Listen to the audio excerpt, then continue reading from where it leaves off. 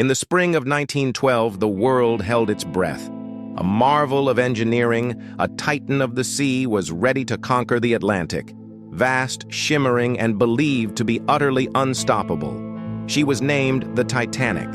A floating palace, a promise of a new era, a dream built of steel, ambition, and ultimately, fate. Tonight, we don't just recount history. We relive the greatest voyage ever imagined and the most profound tragedy ever witnessed. Imagine the opulence. In the first-class dining hall, elegant music drifts through the air, punctuated by soft laughter and the delicate clinking of silverware against fine china. A gentleman raises his glass. "To the finest voyage yet," he declares. A lady beside him smiles. "Absolutely splendid." The upper decks were a world of refined elegance. Pearls and tuxedos, champagne flowing freely. It was a realm where time seemed to slow down, where the future felt not just bright, but guaranteed. In the smoking room, fortunes were wagered with a casual flick of the wrist. "I shall open with 50, a wealthy passenger announces, confident. Conversations flowed from one luxurious topic to another. The passage on the Nile was simply captivating. Oh, quite. But while fortunes were being gambled in plush, velvet chairs, lives were being gambled far below deck. Down in the heart of the ship, in the kitchens and service areas, a different kind of energy pulsed. "We need 6 more peach puddings.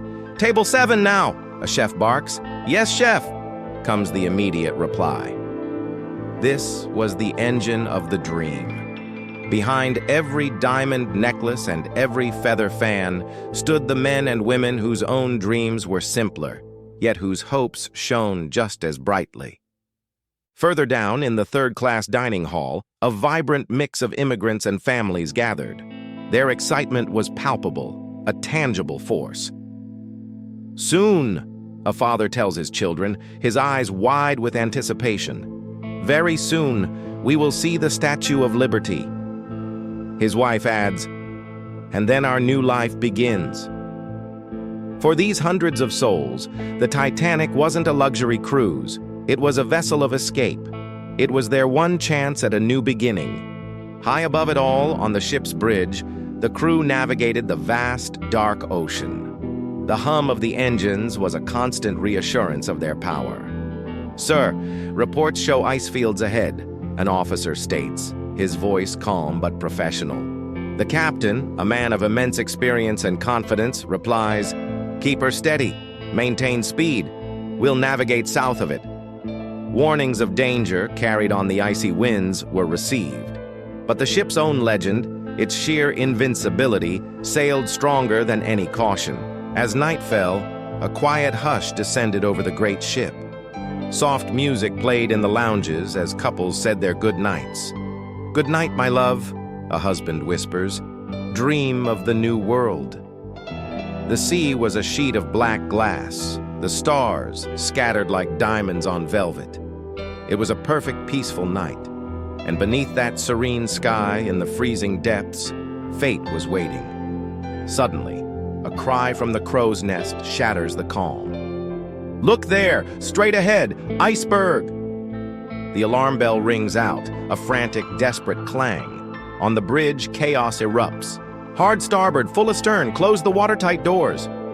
The commands are shouted, each one a race against time.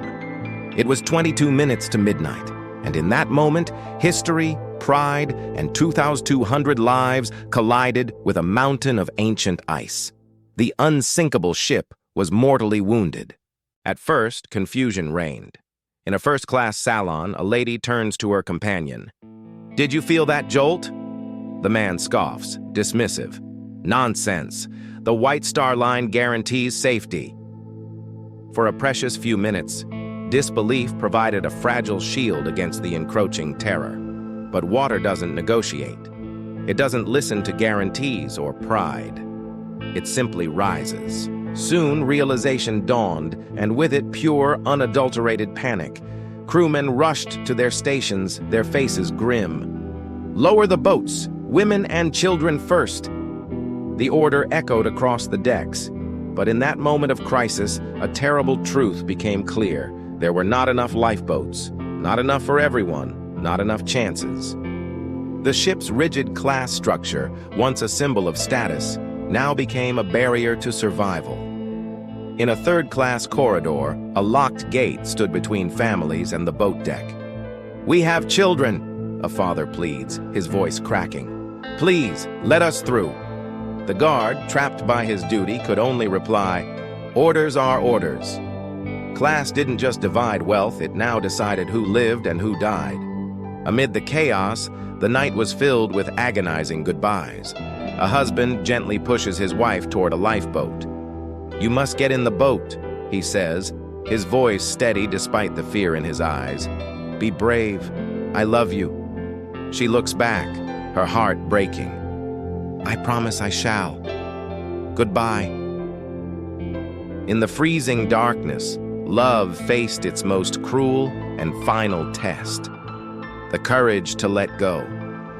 Then the great ship began its final terrifying plunge.